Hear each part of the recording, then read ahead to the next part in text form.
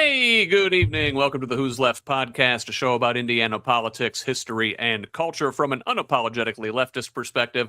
My name is Scott Aaron Rogers, and I'm broadcasting from Bloomington. Joining me tonight in just a couple moments, I've got Kate-Lynn Holley with me, a mom, a small business owner, a lifelong Northwest Indiana resident, and a former professional wrestler. We'll talk about all of that and, of course, her campaign. She did not exactly have a traditional path here. She, before becoming a Northwest Indiana realtor, like I said, she took her a step in the WWE, an experience that taught her resilience, strategy, and how to hold her ground under pressure. She even used her earnings from professional wrestling to pay for real estate school, where she goes by the Lemon Rice Realtor, a nickname she earned from sharing her love for the local soup specialty on social media. It is quirky and fun, and I'm interested to hear all about all that and more. Of course, this is an independent media project, and we don't paywall content. We certainly don't charge our candidates, like Kate-Lynn here, for interviews, and we don't have billionaire benefactors. Only individuals like you keep this thing going. It is a foundational principle of Who's Left and the Progressive Indiana Network that we refuse to hide important information behind paywalls in the middle of a political crisis, even if that's not in our financial best interest. So please, if you find value in the work we do, go to progressiveindiana.net and subscribe at the paid level. It's only $5 a month or $50 for the whole year to help us build the infrastructure that will pop the right-wing media bubble in this state. And if a paid subscription isn't in the cards for you at this time, that's okay. You can help in other ways by liking and sharing on social media, commenting, leaving reviews, providing feedback, forwarding our content to your people. You get us when you can. Mostly, we just want you here in this community of Hoosiers dedicated to making the state and its government work for all of us, not just the elite few. Please join us. Follow me on Blue Sky, Instagram, and Threads at whosleft.us and on Facebook, TikTok, and YouTube at Who's Left. That is HOOS Left. Progressive Indiana Network's handle is the full spelled out name on most sites, but on Blue Sky and TikTok, it is PIN Indiana. Please help us grow with a follow wherever you're at. Tell the others. Let's build a radically democratic Indiana together. Now, let's give a warm welcome to our guest tonight. There's Kate-Lynn Holley. Hey. Kate, welcome. I've been looking forward to this conversation for a long time. You are such a bright and charismatic presence on social media. I did not get an opportunity to see you light up the room at the convention this past Saturday, unfortunately, but just love what you're doing out there, and can't wait to introduce you to our viewers and listeners here.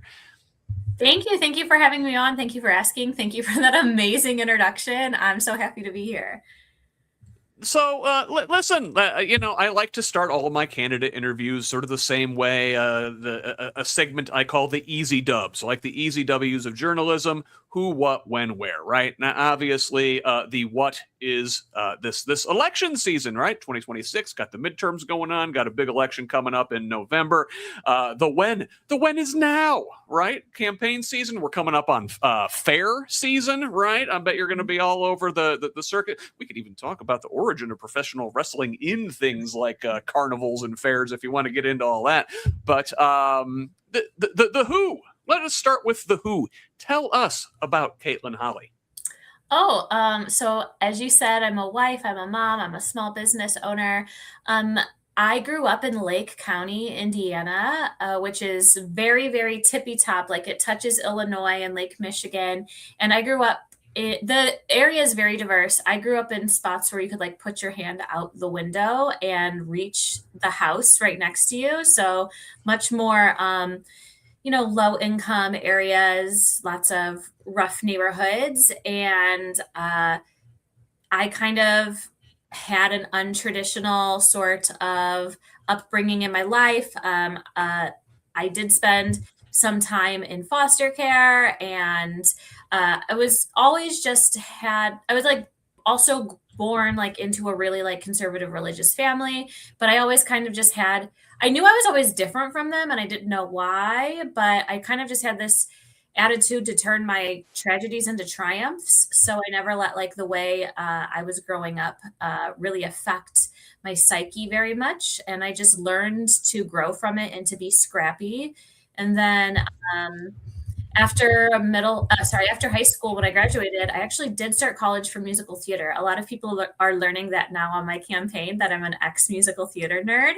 But I started college for musical theater, but like things are rough. I graduated in 2006, which means I stepped off the graduation stage and into a housing crisis and the Great Recession. So my path there ended quickly, and I was kind of just doing minimum wage jobs, working my way through being an adult, trying to make ends meet.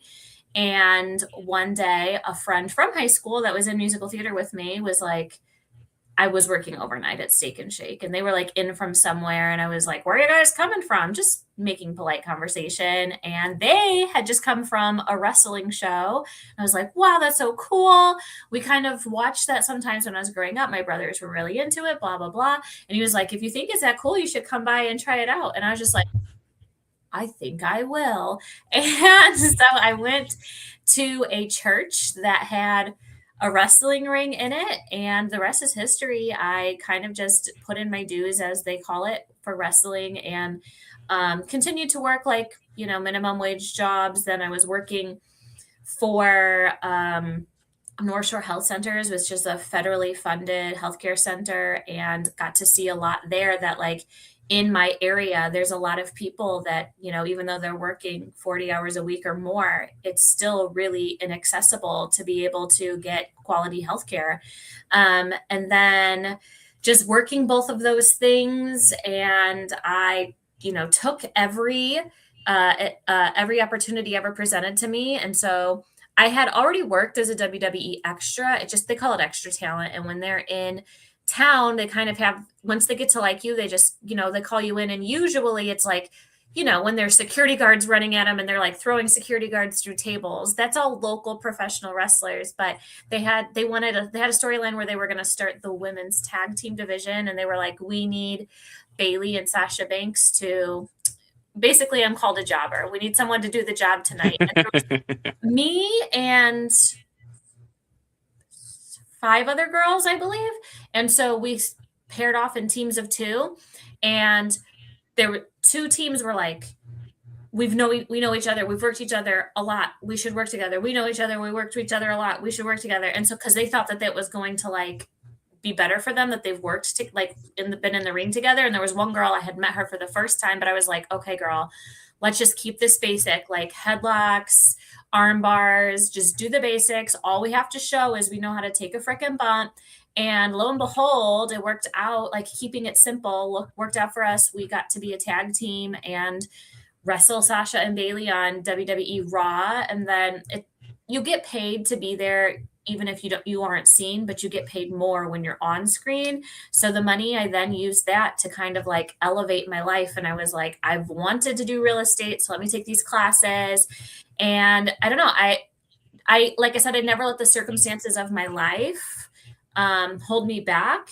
And I hate the adage, pull myself up on my bootstraps, but I really did. I just took every opportunity I had and I pulled myself up on my bootstraps. I also recognize that's not as easy for everyone. I have a privilege, and I just decided to make something of myself. And so wrestling led me to like wrestling in London, overseas, and then COVID happened. Yeah, I had a very full 2020. I was going to go to London 2 more times. I was going to go down to Texas, Las Vegas. I had like plane tickets all set up for me. COVID happened, stole my last couple of years of wrestling from me, because I had always said I was going to stop in 2022 to try to have kids. Had a daughter in 2021. So I won't say I never went back to the wrestling ring, because I did have one more match this past August because my daughter really wanted to see me wrestle. So I did a tag team match. But now here I am. I am a real estate agent because I used my money to become a real estate agent. For 2 years now, I'm on my 2nd year. So about a year and a half, I've been on the local real estate MLS board, where I help craft local legislation for the real estate market. And a lot of people look around and they're like, whatever's happening in the world, in Indiana in our lives ain't it, and they want to do something about it. And some people just never take the next step. And so I was just like, if not me, then who? And here I am.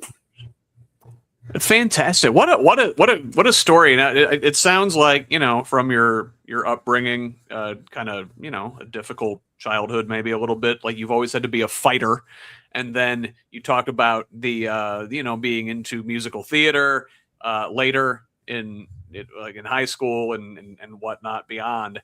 And wrestling is sort of the intersection of fighting and performing very, very much. It's true. A lot of people, so like my musical theater skills definitely transferred over because I already knew it. In wrestling, it's called a gimmick. In musical theater, it's called having your character. But I already knew how to build a persona, to be able to connect with crowd through your persona. And wrestling moves, oh my gosh, I'm going to break the fourth wall. We train, and it still hurts, but we're learning the ways to hurt ourselves the least.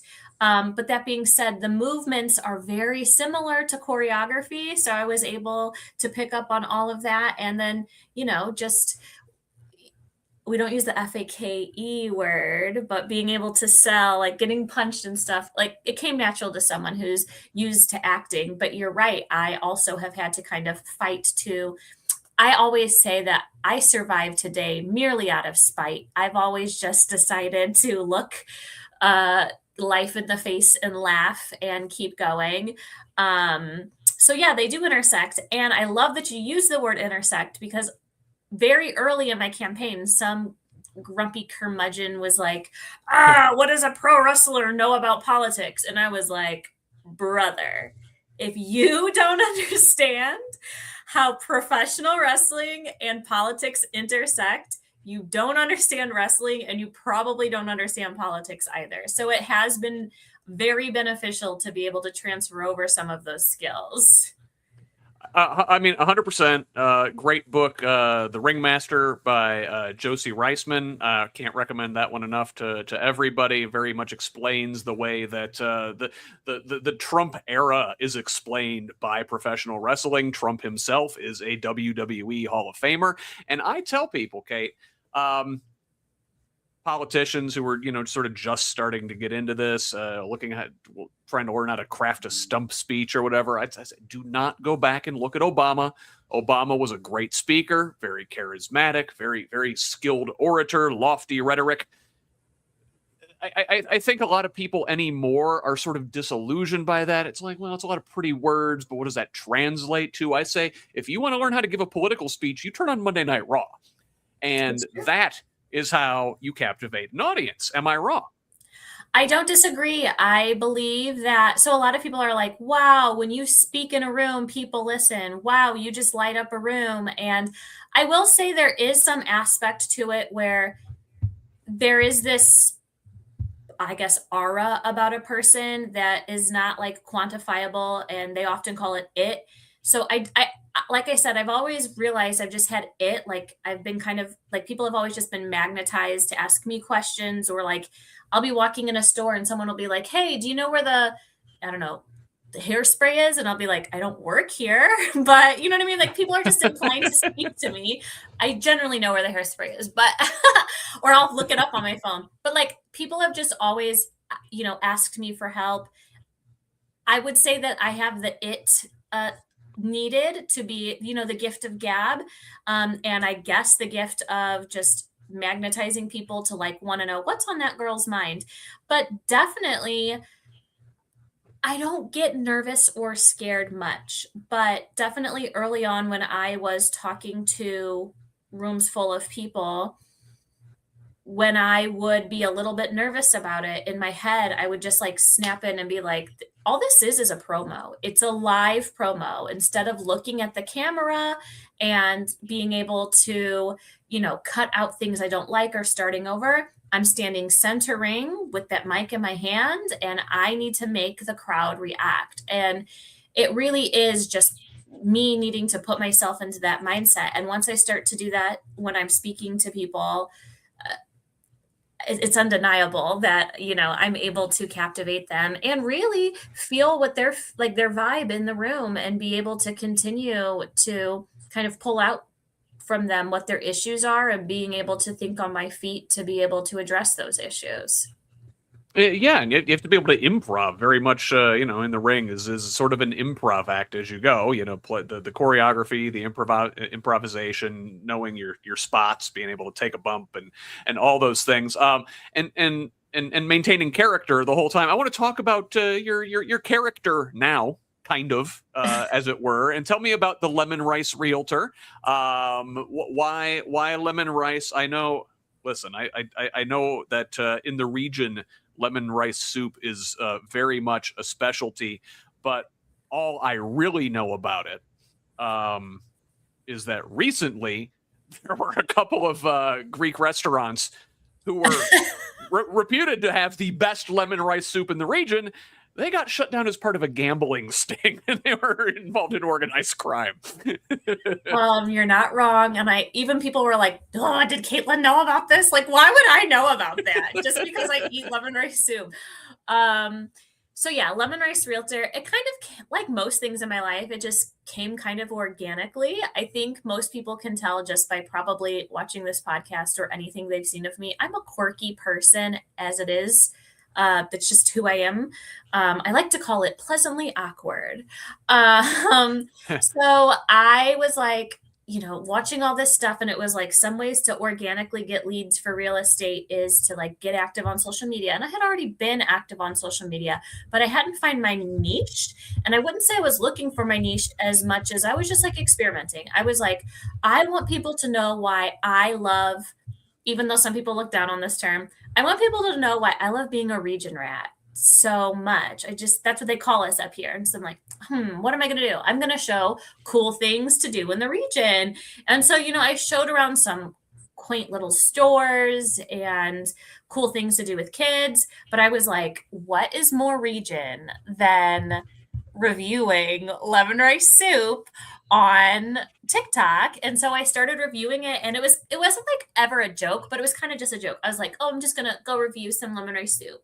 And the first one got like such good reception. I did a couple more, and they just started getting like thousands of views. I think one of them has over like 26K views and stuff. And it just, even though my follower count isn't very high on TikTok, everything gets a lot of looks because that ended up being my niche. Like people in Northwest Indiana, they care about, they want you to go try their favorite place to get lemon rice soup. They care about where I'm going. And a lot of people have said there's places I didn't even know existed or carried it until you did a review on it. And in that same aspect, I'm very big on supporting local business and small business. So it just became a way for people to get to know more about where lemon rice soup is in the region.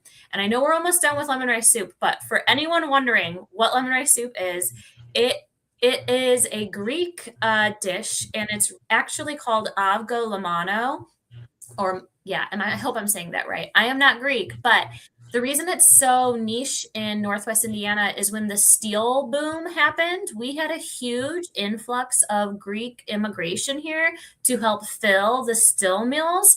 And like most things, they brought that with them. Then when the steel boom started to slow down, they started to open up family restaurants, and it's a very beloved soup.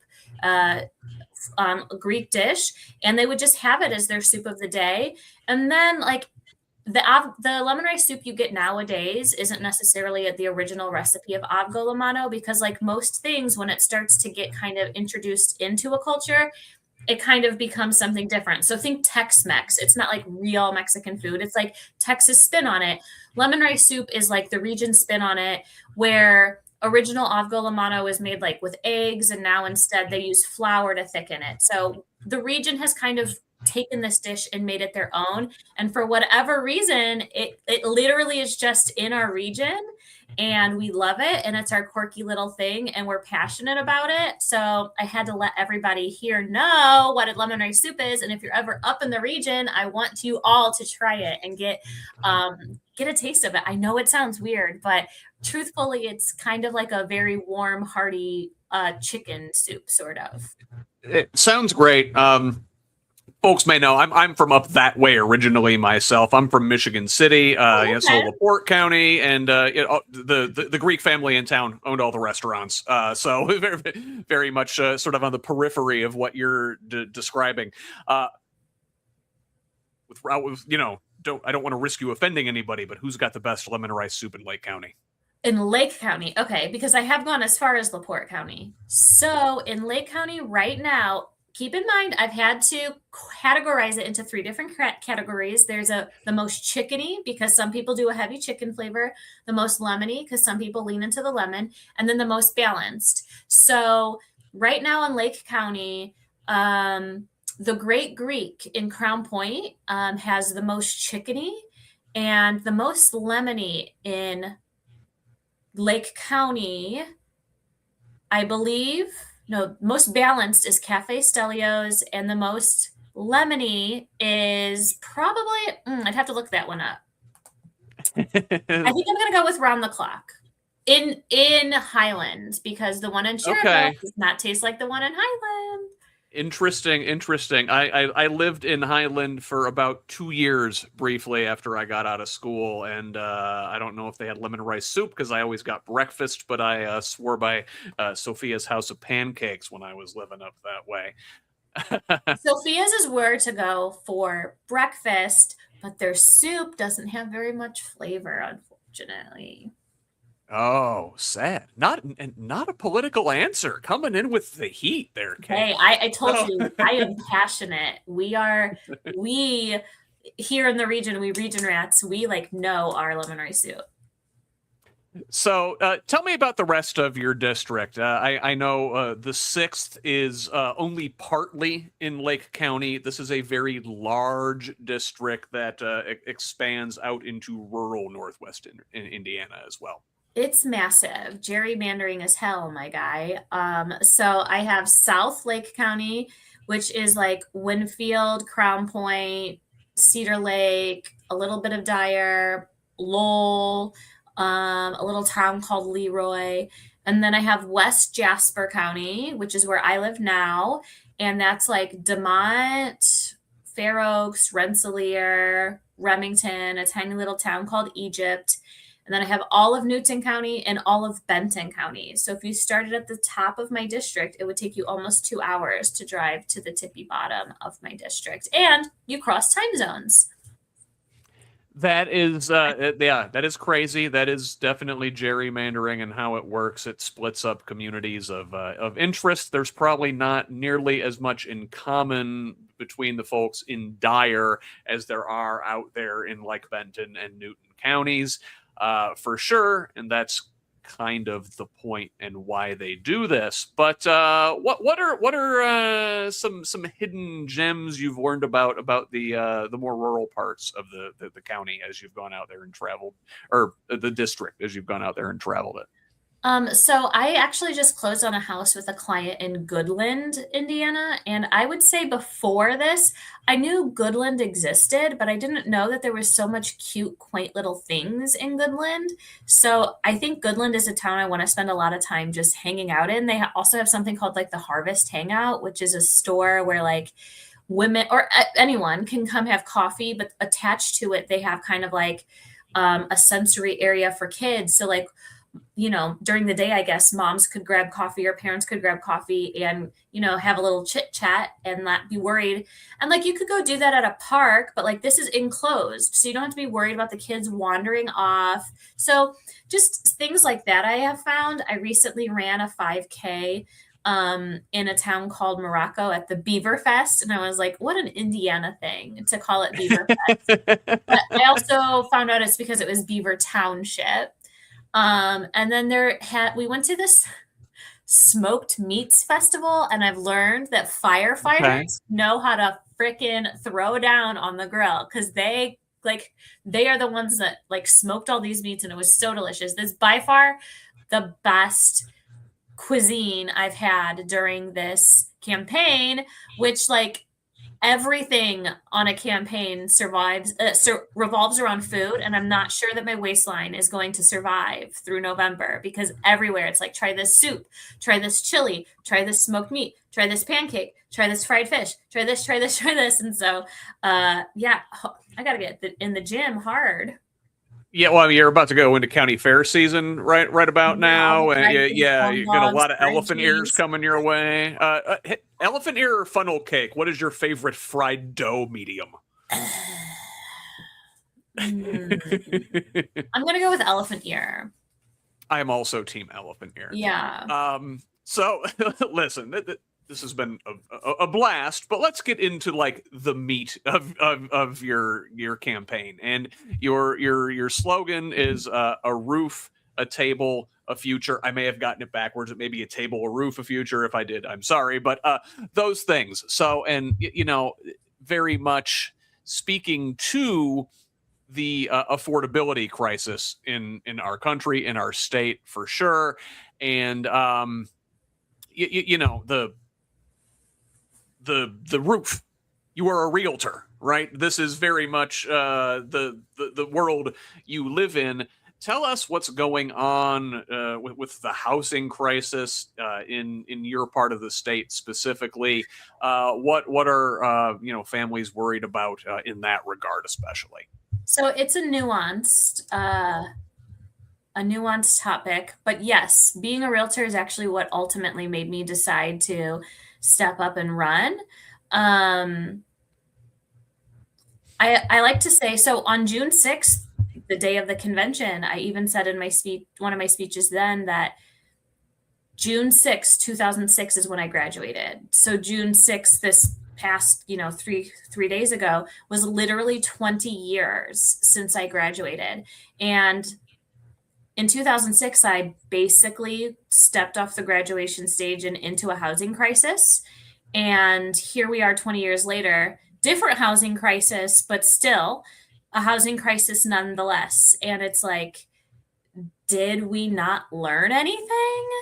Like I said, it is a different housing crisis, but at its root, there's a lot of the same stuff going on. So the other housing crisis in 2008 was because banks were doing like fraudulent lending and letting people buy way over their budgets. And now we have a lot of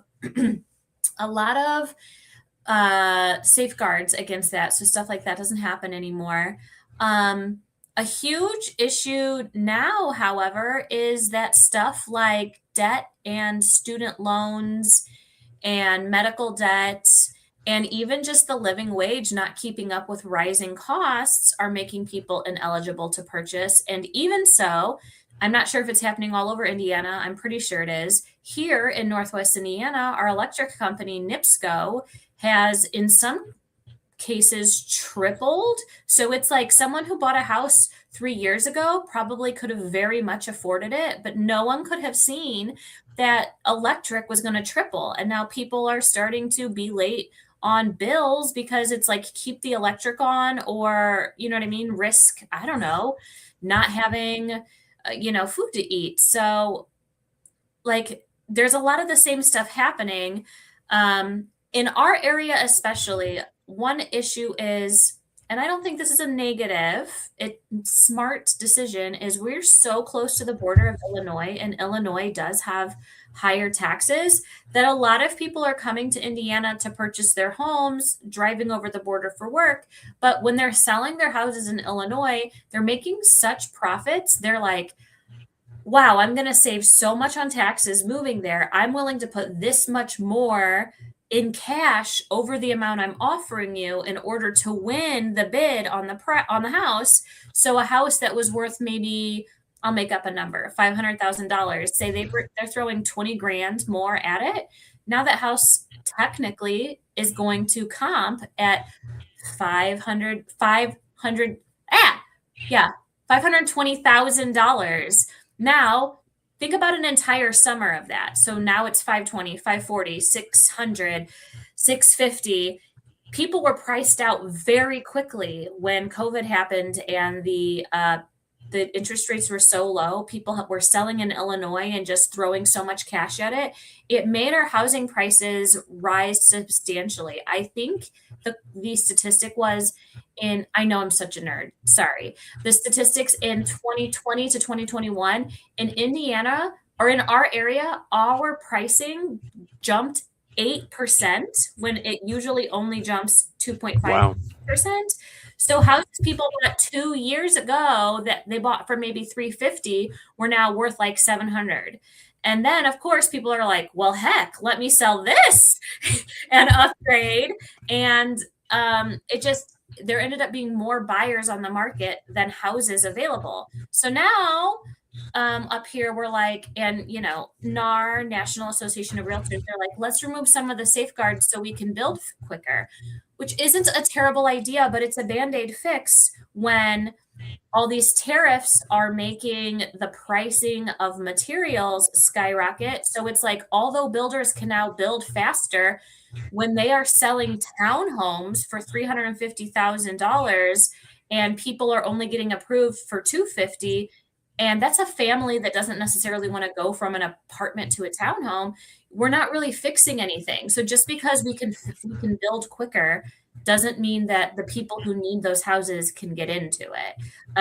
So it's a lot of the same issues. It's a lot of different issues. And there's not a whole lot that the Indiana government is doing to try to fix it.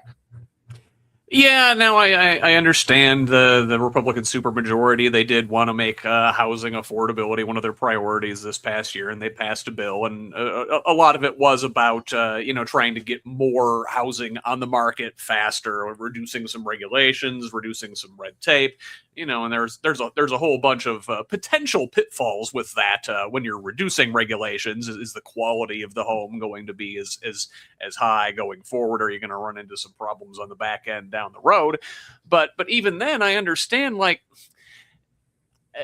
the lack of units isn't necessarily the problem. Like there is plenty of housing. There are more houses than there are people looking for houses in the country, but they're unable to afford them. You got private equity in there also driving up prices. You've got the utility issue to what you said. You might be able to afford the mortgage payment, but you can't afford to heat the thing, so you have to stay in a smaller unit.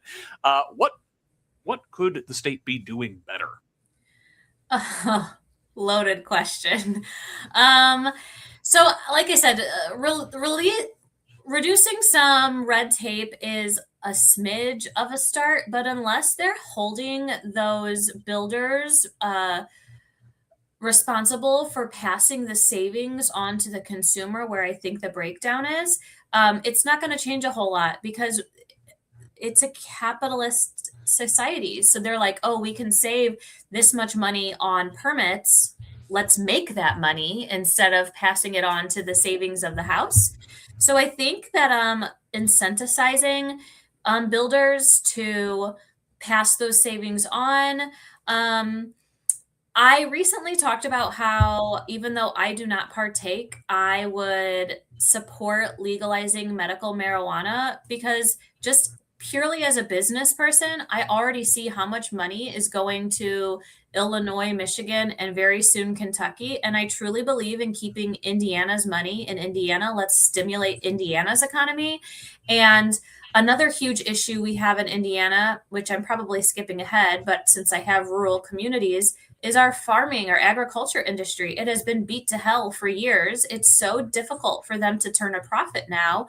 Why not offer medical marijuana contracts to our non-corporate family farmers first, so they can start to see that their land still has value and it's still lucrative. So there we go. We have just saved our agriculture industry. And then when people have when Indiana has more money, more of a surplus to do things with, we could incentivize builders.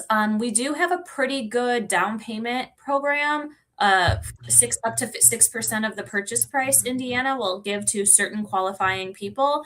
But right now, the issue really is the monthly payment. So I think that we could use a portion of those cannabis sales to help people buy down their rates. If we're buying down their rate for the life of the loan, or even for 10 years of the loan, it's going to make it easier for them to be able to buy a house if they know that their monthly payment is affordable. It's also going to help them see the numbers work out when they're looking at how energy rates are skyrocketing. I also feel, just on my soapbox, the reason we're seeing such a boom of data centers in the rural areas is because we've beat these farmers to hell. They're not making any money. They get offered these amazing numbers, and they're like, I could either pass the dying industry in Indiana on to my kids, or I could sell my land and not give a rat's behind what you do with my land, but I still have this great sum of money that I could pass on to my children so they can find some sort of lucrative spot to put themselves in. Like, as a businesswoman, I don't blame the farmers for wanting to have a piece of the pie. And I blame the way legislation has beat down these family farms. So I'm not saying that like medical marijuana or cannabis is the answer to all our problems. It's a really good start. And I think investing in our agriculture industry is a really good start, because when people are getting paid better and there's more money in the economy, people spend more money. And to the point of those data centers, along the same lines as the cannabis industry, we're concerned about that money leaving the state, folks paying taxes in other states. Well, here we've got this new industry coming into Indiana in the forms of these data centers, which are booming everywhere. And whether you like them or not, they should at least be paying their taxes, and we're giving these folks tax abatements like crazy. So if listen, if you're going to build the things, it should at least be a benefit to the community. And we're not seeing any of that. We're leaving a lot of tax revenue on the table potentially. So without making a position, because I haven't yet, on data centers, I feel like I'm a storyteller, if you can't tell. So I apologize for taking this off track a little bit, but I think about Zillow. And so Zillow is, it's a platform for people to look at houses, and it kind of has overtaken the real estate industry. And now people are like, Zillow, they're going to put us out of, like, put real estate agents out of work. What do they need us for if blah, blah, blah, which we still have a lot of value and behind the scenes value. So I don't know why these curmudgeons are like, it's like, know your self-worth and market yourself better, but we're not here for that. Anyway, they're like, Zillow's stealing our job. And I'm like, listen, I hear you. Competing with Zillow is kind of difficult, but like the time to fight Zillow was 10 or 15 years ago, when they were like paying us to pay them for leads and like starting to build and make themselves bigger. The reason I tell you this is AI isn't going anywhere, unfortunately. So data centers are going to happen, unfortunately. The time to try to fight it was probably 10 or 15 years ago, when we knew that they were starting to do these things and collect data and give, autonomy in a small way to computers. That's when we should have been fighting it. I'm not saying we shouldn't slow it down, and I'm not saying that we should support it. I'm just saying AI is not going anywhere. So if the data centers are coming anyway, yes, of course, I want Indiana to get a piece of that pie. But that piece of that pie is completely null and void if we're giving them tax abatements that are going to literally probably outlive most of the legislators that are passing the tax abatements. I went to I'm on my soapbox. I went to a Jasper County Amazon, they were trying to tell us how great data centers are. And I even said, like, listen, I'm not saying I'm anti-data center. I'm not saying I'm for data centers, but like, we are, like, Indiana already has one of the lowest minimum wages in the country. We have the federal minimum wage, and most people don't pay very much over it. And Indiana already has some of the cheapest property values. We don't need to entice them further by giving them tax abatements. They're already getting cheap labor and cheap land. And she was like, well, if we don't give them tax abatements, places like Seattle and California and blah, blah, blah will give them tax abatements. Okay, well, bye. They don't have cheap labor or cheap land. So we're still winning, my lady. Like, don't try to like gaslight me. I'm in the industry of land. Like, I know how much land costs. So they're just giving away house and home to try to get a piece of that pie. But we're not going to get the piece of the pie because we've given it away by offering them a tax abatement. And also, the pie may very well be poisoned. So yeah, then there's that whole aspect of this thing too. So I'm sorry, let me steal a little bit more time. So like data centers, it makes me so angry because there are places like Finland that have data centers that are also very environmentally conscious, and they have slowed it down a little bit, and they put their data centers, it takes longer time to build and makes them a little bit more expensive, but they build them underground. So the heat that those cause naturally is cooled by the coolness of the ground, and the parts of it that aren't being cooled by the ground, they have technology to convert it into free energy for the people of Finland. And so I mentioned that to the lady. I was like, listen, we have an energy crisis in Northwest Indiana. Why aren't we slowing down? Maybe put these halfway underground, use natural resources so we're not using our very unrenewable resource of clean groundwater to cool these things. And she's like, well, the technology is like 4 years off. And I'm like, I'm okay waiting 4 years, first of all. Second of all, no, it's not. Go buy it from Finland. Anyway, I'll stop. And that's the thing you run into when you're deregulating and you let industry have the driver's seat and not the people. Another industry like that is the healthcare industry, and that's another one of the big drivers of the affordability crisis that we see right now.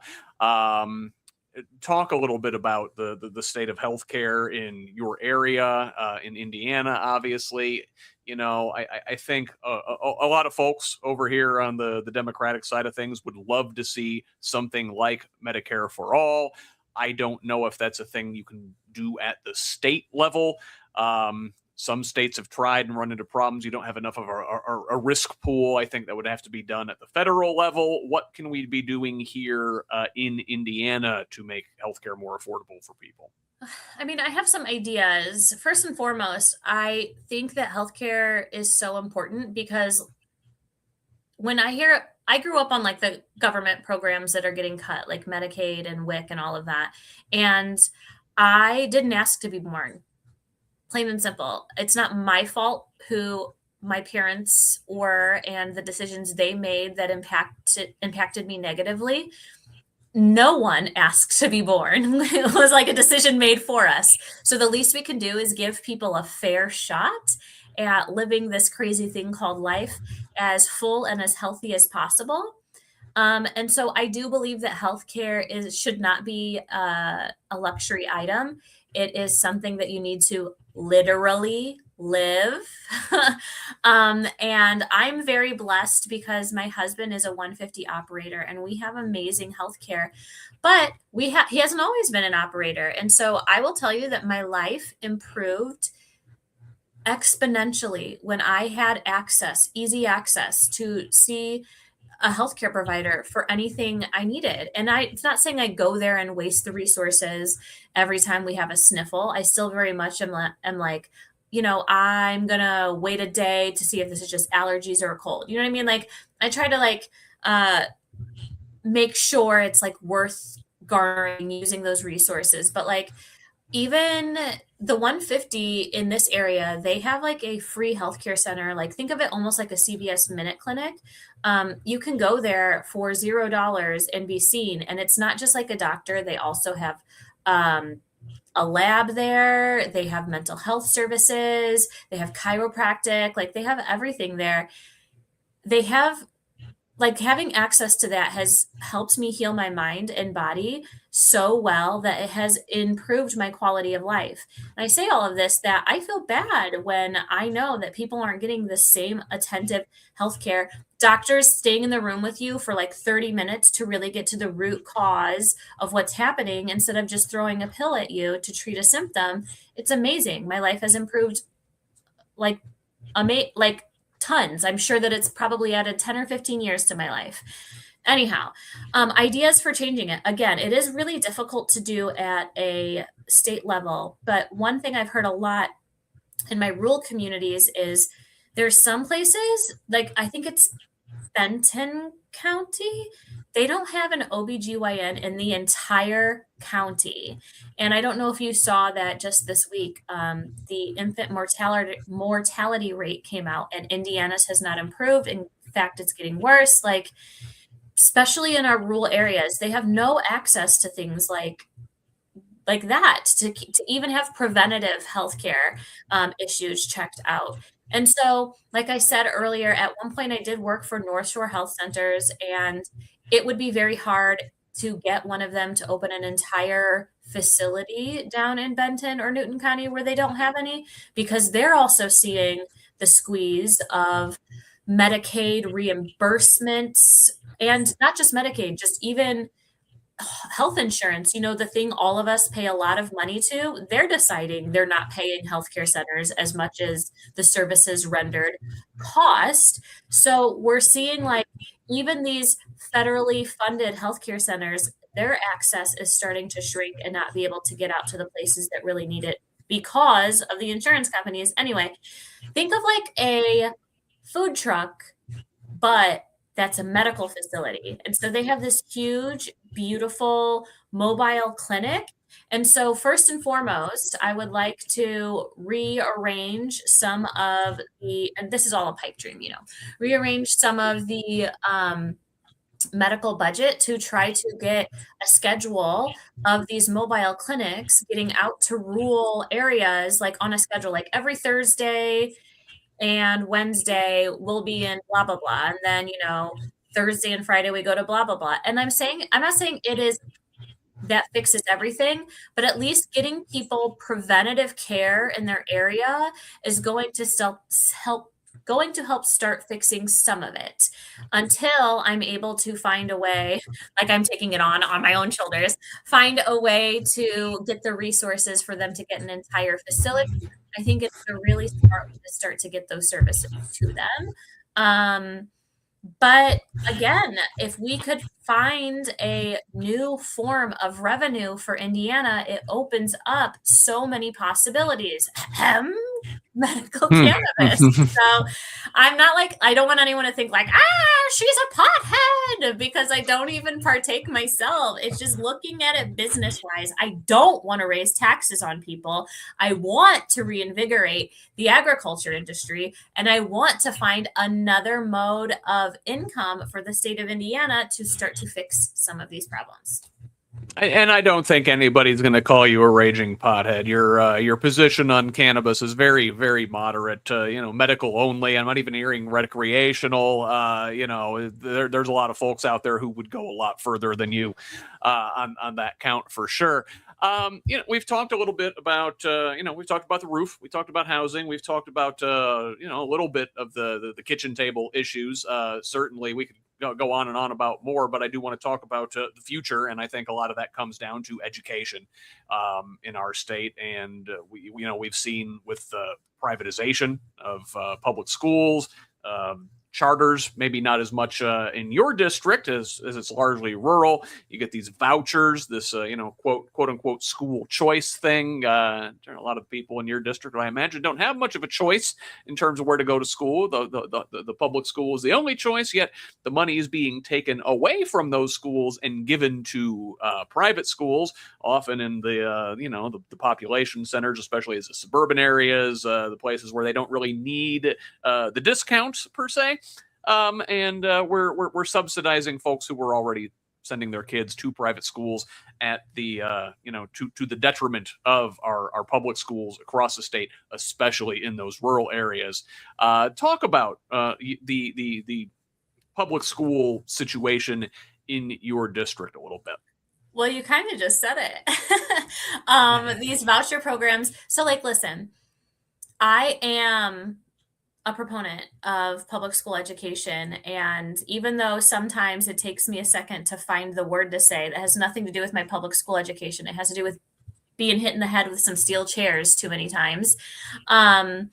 I think that public education is so important because it gives people like me that had that rough upbringing at least a leg up on finding a way to make it through life. Um, this is where I think things get foggy. People will just say, vouchers, no. And I'm like, vouchers have their place. Like, so again, I'm a storyteller, so I'm going to just take it a weird place for a second. I had a home birth with my daughter. And I'm not saying I'm anti-science. It just made sense for us because it was during COVID and I didn't have health insurance. It was like a cheaper way for us, but also I didn't want to fight the battle of like my husband not being able to be there with me, what have you. So we chose to have a home birth. But every step of the way, we made sure that I was a healthy person and a good candidate for it. I had a niece who was pregnant around the same time. She's had lifelong seizures. She can't even drive because they can't get them under control.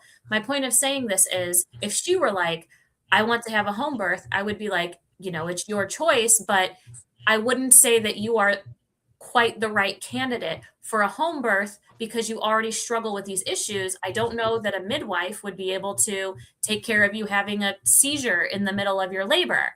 So I say all of this to say there are like home births have their place, like for me. So like vouchers have their place. That was a program that was originally intended for people who probably had backgrounds like myself, but were a gifted student and needed a little extra money to be able to go to a private school where they could maybe get an enhanced education or be skipped ahead a grade or what have you. They were more like made like a scholarship program for people whose families couldn't afford it. And so I don't want to say that I would necessarily take away the voucher program altogether. I think a huge issue with the voucher program is they removed that income cap, which means, like you said, people who were already sending their kids, I'm making up numbers, to a $20,000 a year school now get $10,000 of our money and only have to bring $10,000 of their own. And people might say, well, they're taxpayers. Shouldn't they get a payoff on it?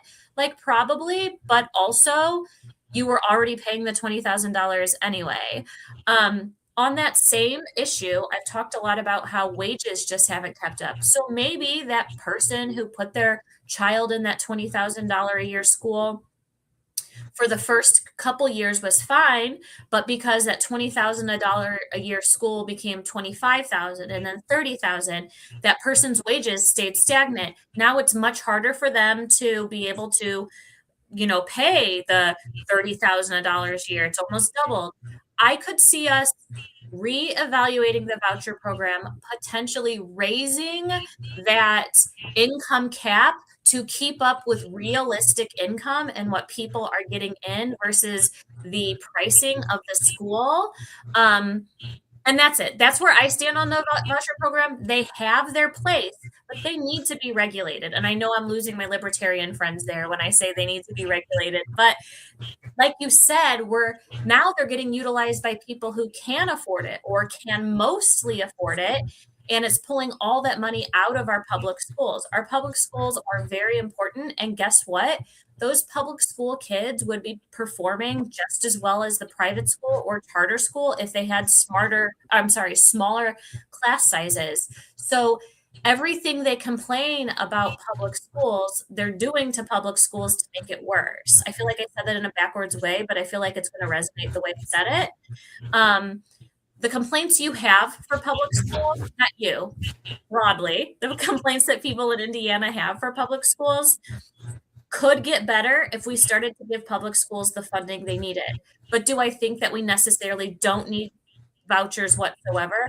I come from a background where I would have benefited greatly if I could have had a voucher, but vouchers need to be regulated. It shouldn't be a free-for-all. It shouldn't be giving everyone a voucher just because they want their kid to go to a public school. Go to a private school. No, it's the Eric Andre meme when it comes to our public schools in this state. Republicans kneecap them and then point at them and say, why are the public schools in such bad shape? Yes, exactly. So Only a couple minutes here, and I I'm so wanted sorry. to. I'm so long-winded. I No, apologize. oh my God, no. We have so many paths we could go by, and all of these issues are so nuanced. We could dig into the policy details for hours on any given one of them. But I guess I wanted to bring this thing full circle and talk about how we talk to folks in rural spaces and in Indiana in general, where Democrats have a branding problem, right? And if you just remove the branding and you do, the Pepsi challenge, maybe a little bit before your time there, but just blind I know what you're taste talking test. about. I'm almost 40. Okay, I know what you're talking about. On issue after issue after issue after issue, the progressives, Democrats, the left have more popular policy stances across the board. Yet, for whatever reason, Democrats in this state have a terrible brand. And how do you overcome that? And I guess I want to bring it back to the professional wrestling of it all. I remember in the 1990s, WCW, NWO, right? And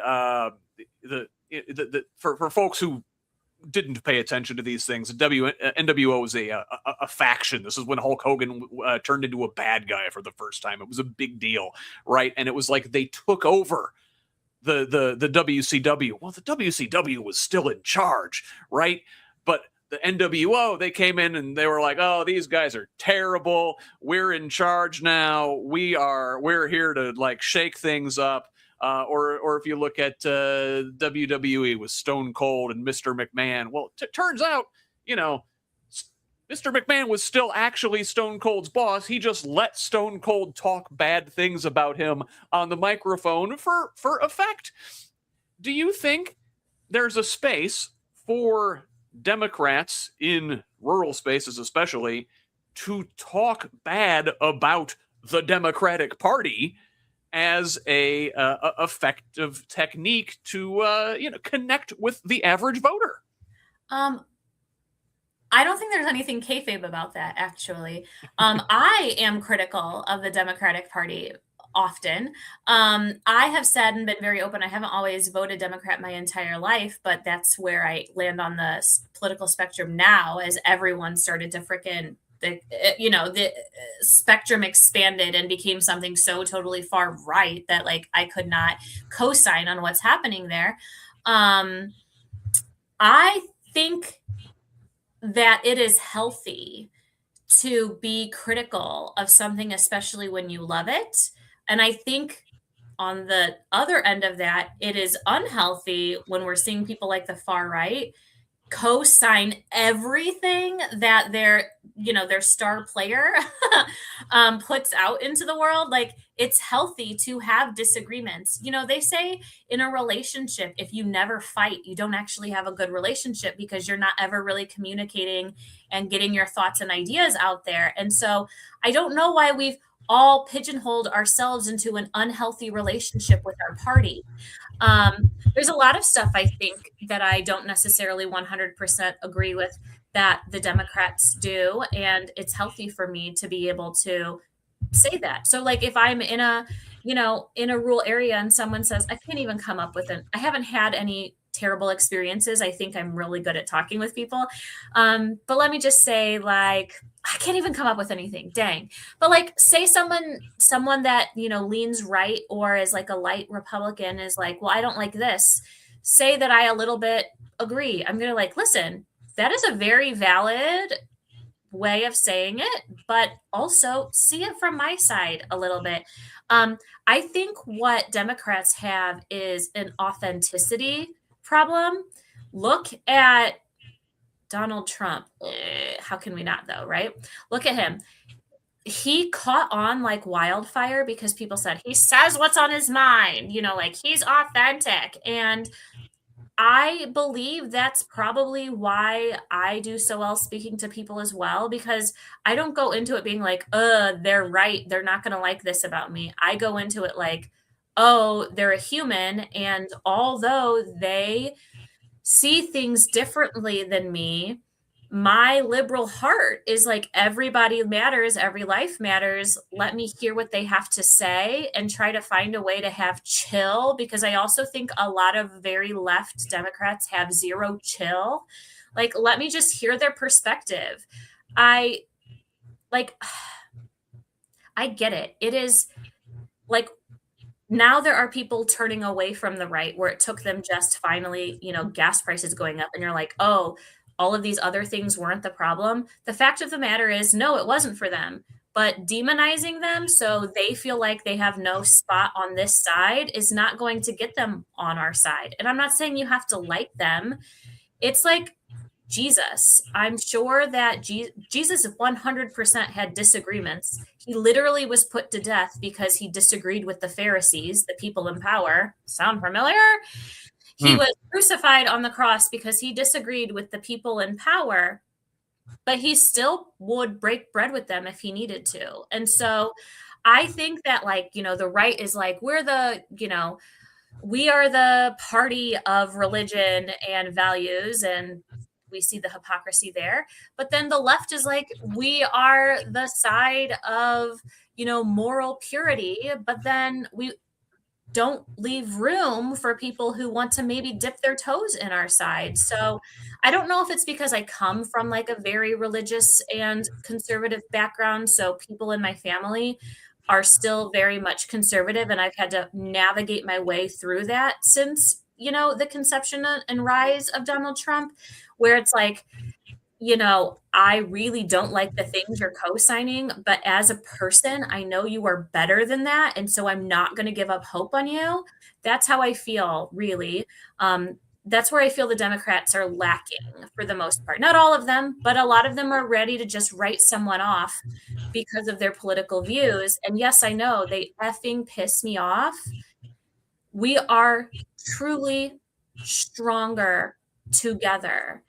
And I'm not going to say the right has figured that out. I'm going to say the billionaires have figured out that when they pit us against each other, we aren't together, and they can continue to very easily take our rights away from us.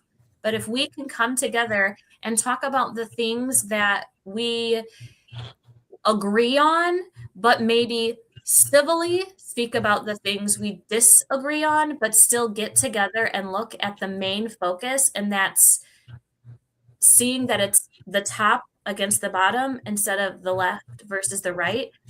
That is the only way our teenage angst years of 250 years of America, that's the only way that we're going to double and get to our midlife crisis years of 500, is if we find a way to realize we are stronger together than we are apart. We are such a young country compared to a lot of these the rest of the world. We're in our teenage angsty years, and that's what we're feeling is, the teenage way of trying to test your limits. That's where America is right now. Yeah, boy. So again, so much we could dive into here, Kate. Hopefully we get a chance to do this again sometime. I would love to dive into many of those things. But for now, tell the folks where they can find you. Okay, so as you can see right here on TikTok, Instagram, and Facebook, you can find me at Vote Kate for State. And then that's actually also my website, www.votekateforstate.com. And if anyone out there likes my message and it's resonating with them, but maybe you live out of my district, I could still use volunteers. You can phone bank from your own home. You don't even have to put pants on. You just need a computer and a phone. I mean, probably still wear pants because that's weird, but you can phone bank from wherever you are. Also I'm very grassroots. So if you have $3 spare, that could help me buy 7 door hangers when I'm canvassing. But still just sharing and liking and interacting with my content, it helps me grow my message and grow my movement. Very good, folks. Help out Kate however you can, wherever you are. If your message resonates with her, wherever you're at in Indiana, like she said, you can phone bank from at home, but please wear pants. Kate-Lynn, stick around. I'm going to send you backstage for now. I will say goodbye to you after I say goodbye to everybody else. Thanks for joining me tonight. Thank you. All right, folks, that was the wonderful Kate-Lynn Holley joining us here this evening. Thanks to her, and thank you for joining us. I will be back Sunday morning at 10:30 a.m. with Who's Left This Week, Indiana's only unapologetically progressive Sunday morning politics show. Tune in on YouTube, Facebook Live, and of course at progressiveindiana.net. My guests this week are returning favorites Reese Axel Adams and Sharon White. We will discuss the week's top Indiana stories plus U.S. and international news through a Hoosier lens. Brew up a big pot of coffee and come hang out with us. Plenty of other good stuff on Progressive Indiana Network this week, and we can't do any of it without your support. So please consider contributing to Who's Left and the wider network with a paid subscription if you're able. This independent media project relies solely on the generosity of kind patrons like you to make this information available for free to everybody. Again, that's at progressiveindiana.net. We could also use a follow on social media at Progressive Indiana Network on Facebook, Instagram, and Threads. Please subscribe to our YouTube channel at the same handle over on Blue Sky and TikTok. It is PIN Indiana. Again, you can find me on most social media sites at some variant of at Who's Left. That is HOOS Left. Send me a DM at any of those places with feedback, tips, ideas, and concerns, or email me directly at scott@whosleft.us. Finally, please forward the show to a friend and have them pass it on to. Let's keep building this project and a truly democratic state, one conversation at a time. Until the next one, this has been the Who's Left Podcast. I'm Scott Aaron Rogers. Love each other, Indiana.